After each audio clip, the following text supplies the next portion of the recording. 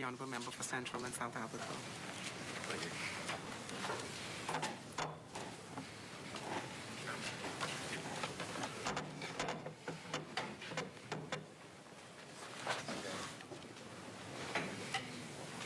Madam Speaker, good morning. Good morning. And thank you for allowing me the time to stand in this honorable house. I rise on behalf of the Central and South Abaco, a boating capital of the Bahamas. I am a proud and humble sailor, and I will not forget that teamwork is the key. From a young age, I learned to sail, and I've always admired those who have lived to master the wind and waves. The Bahamas has lost one of the best, Captain Lundy Robinson from the Exumas. Please give this legendary Bahamian a moment of silence, for he will be missed dearly.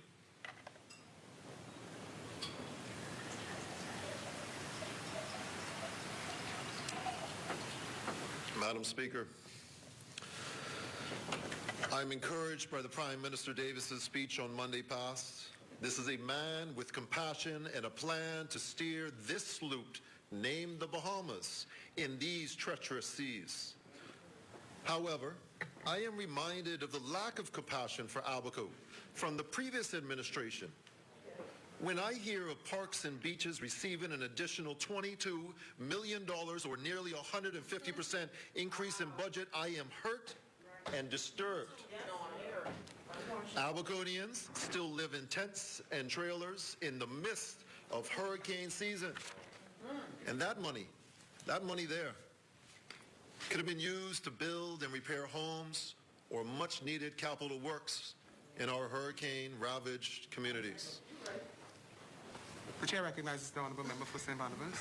Not to disturb the Honourable Member, in my contribution I will illuminate some of the concerns and questions regarding funding at the authority. But let me just state for the record that those funds, thousands of Bahamians, small businesses benefited from those, hard-working Bahamians. So I think it's very important for us to appreciate. It's very important for us to appreciate that it did not go into thin air, and that it benefited, thousands of Bahamians who were out of jobs because of this pandemic. Thank you. The Chair recognizes the Honourable Member for Central and South Abaco. When these monies were ramped up in the parks and beaches the 3 months previous to election was the time that we were in the midst of hurricane season.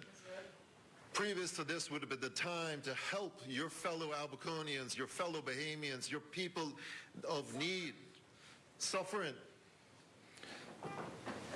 This is yet another example of the lack of empathy and blatant disregard for Central and South Abaco.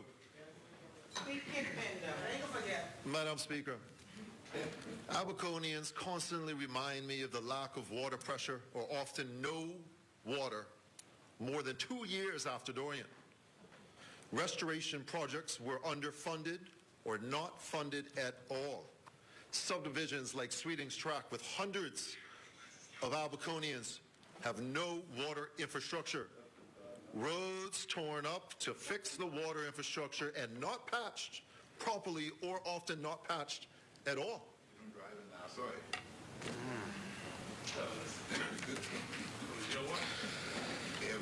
Domes and trailers, sewage not properly installed and constantly overflowing. Let me advise this good house that the trailers I'm referring to are the government workers that run the various departments in Abaco sitting outside of the government complex. The domes are the hardened tents put there as a temporary structure more than 2 years on that have to be consistently and constantly removed of sewage because that is where the kids play outside. And that is where my people live at this time. I am optimistic that the new chair of Water and Sewage will do what is needed and right. Yes. That's right. Yes, yes.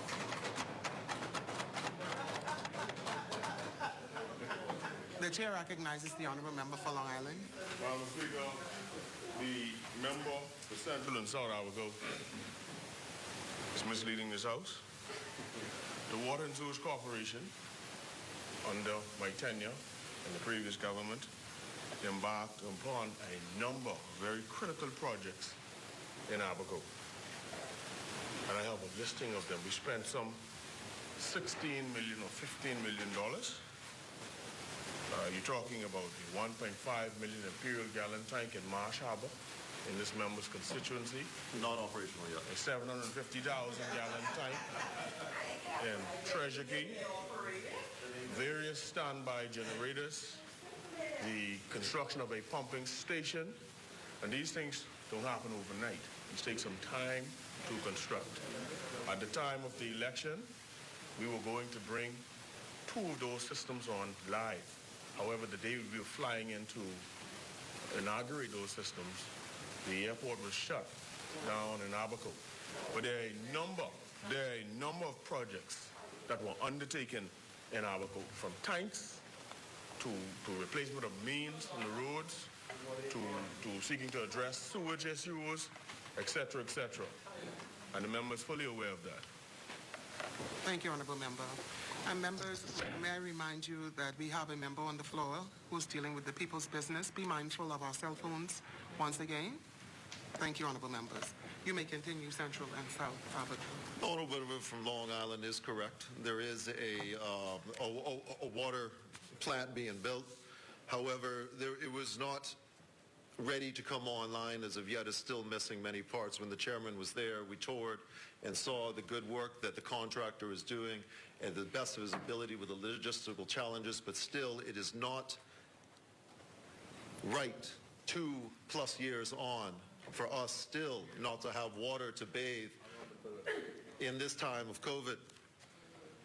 And that airport you were speaking of, often when I pass through there coming to this good house, there isn't any water for flushing toilets. It may have been one of the reasons why it was out.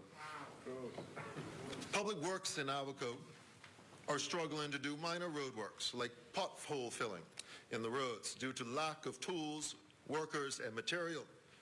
Recently, I coordinated with the Public Works and a local hot mix plant to supply material so Public Works can at least fill the most dangerous sections. On the highway, these have directly or indirectly caused many accidents. Accidents and deaths happen on these same roads with no lights, no signage, and the verges uncleared and creeping onto the roadway. The loss of life and property can easily be avoided with proper safety measures and minor maintenance. I would like to thank the ground crew in Abaco from Public Works, Bahamas Power and Light, and Water and Sewage. They go above and beyond to get the job done with little or no support and working with very little. I would also like to thank the many government department workers in Abaco that work in very bad conditions. Some offices with mold, and a lot of the time they're in their own cars doing government business and their own internet, paying for it themselves, and on their own computers. They lack the tools needed to do the country's affairs, particularly in Abaco. Underpaid and often overlooked for elevation for many years. These Abaconians do what they must to perform their duties, and I am grateful.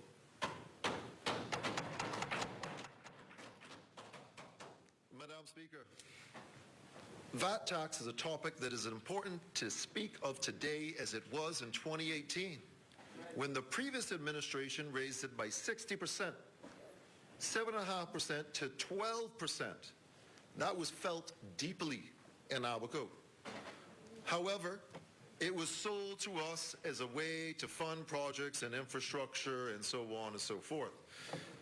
A quote taken from the Tribune article by Ricardo Wells dated March 31st, 2017 by the Honorable Mr. Minnis from Killarney. Where the VAT money gone? Speaking of us, they abandoned Grand Bahama and the Family Islands. Where the VAT money gone? Roads across the island are filled with potholes and are in disrepair. I now ask the honorable member from Killarney, where the VAT money gone? And more particularly, I have to ask on the behalf of Central South Abaco, where has the Dorian relief money gone?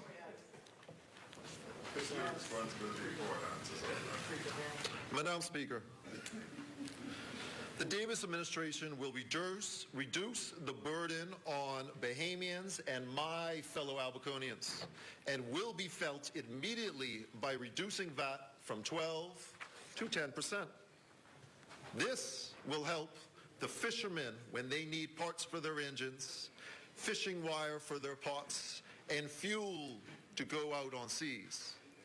This will help the small businesses needing takeout containers, receipt paper, and maintenance items to keep their businesses afloat. This will help the mothers and fathers who struggle to put clothes on their children's backs and shoes on their feet. This will help the construction workers that need tools like hammers and saws and ladders and boots to perform the job to feed their family. This will help the taxi drivers that need their vehicles serviced, maintenance done on tires and engines, and daily with fuel.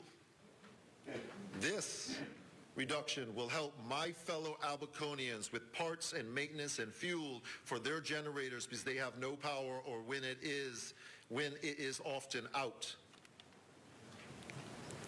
A reduction in VAT will immediately benefit Abaconians and Bahamians across this country. This is a bill for all my fellow Bahamians. All my fellow Bahamians. Central and South Abaco supports Prime Minister Davis and appreciate the much needed relief. Madam Speaker, the Special Economic Zone Order, or SERS, is important to Abaco's recovery. We were completely destroyed, and it takes time to rebuild, as the gentleman from Killarney had said. Also, many Abaconians are only recently, many Abaconians are only recently returning home and having to relocate, or only now having the ability to replace vehicles, which was recently reintroduced.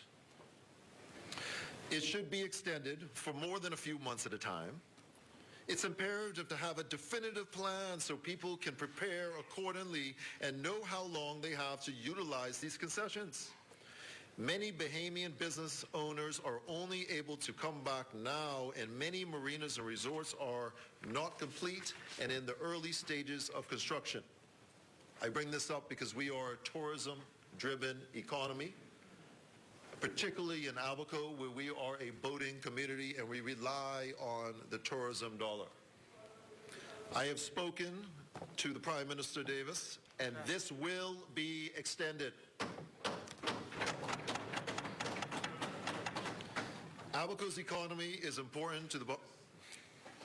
The chair recognizes the honourable member for Killarney. I understand you're giving your Prime Minister credit, but we had already said it would be extended. Because remember, it's extended to December, and then we said it would be carried on. So it was already drained. Almost doesn't count. Carry on, business. The chair recognizes the honourable member for South and Central and South Abaco. With a strong, definitive plan for long-term growth instead of a few months at a time, Abaco can come back to and further than its former glory. Abaco's economy is important to the Bahamas' financial recovery. Given the proper support, we can be 2 to 3 times larger in economic output than pre-Dorian. Demand is incredibly high, and the support of my colleagues and the Prime Minister to help Abaco is most encouraging. We must be our brothers' keepers and work together as a team for the betterment of our great nation. This is highlighted by the many ministers that have recently visited and the ministers that have plans to do so. You see, traveling to Abaco brings a certain light to our challenges and issues at hand. Reading it on paper does not give it the color or the smell that it needs to give the point of what we are dealing with.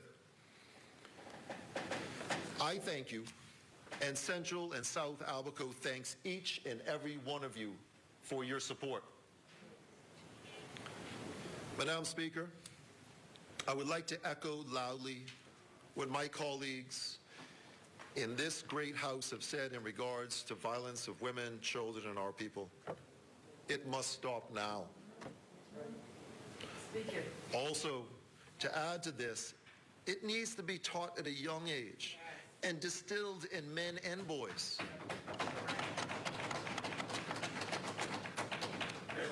I have a young daughter, and I think of this often. These actions against our precious youth are despicable. It should be punishable by our most severe penalties. My son will be taught better, and we must better ourselves as a nation. We should, year-round and daily, protect those who cannot protect themselves. Do not plot harm against your neighbor who lives trustfully near you. Proverb 3:29. Madam Speaker, Prime Minister Philip Brave Davis is a great leader and has put together a great team. We have not stopped since the people spoke on September 16th, and we will not. The previous government's budget clearly shows they had little intention to seriously helping Abaco going forward. Abaconians were not buying this time. This was shown by our historical twin PLP win. My colleague, Honorable Kirk Cornish, and I work as a team, and we will uphold our promise to speak for our fellow Abaconians. We speak true and unbending, for we speak for them. We serve in this House of Assembly for the people of the Bahamas and must always look for what is best for the future generations.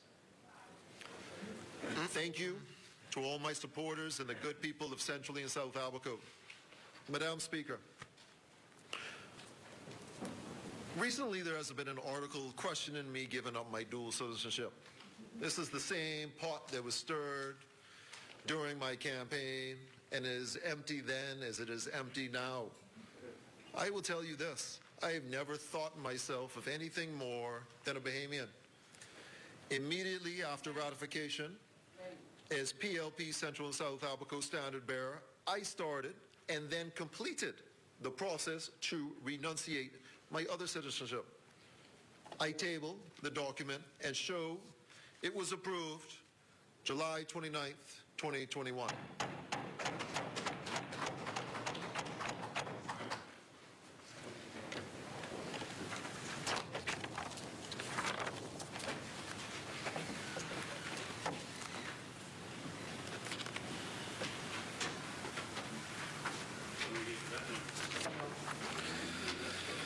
Madam Speaker, this is serious business we do here in the House of Assembly. The business of the people.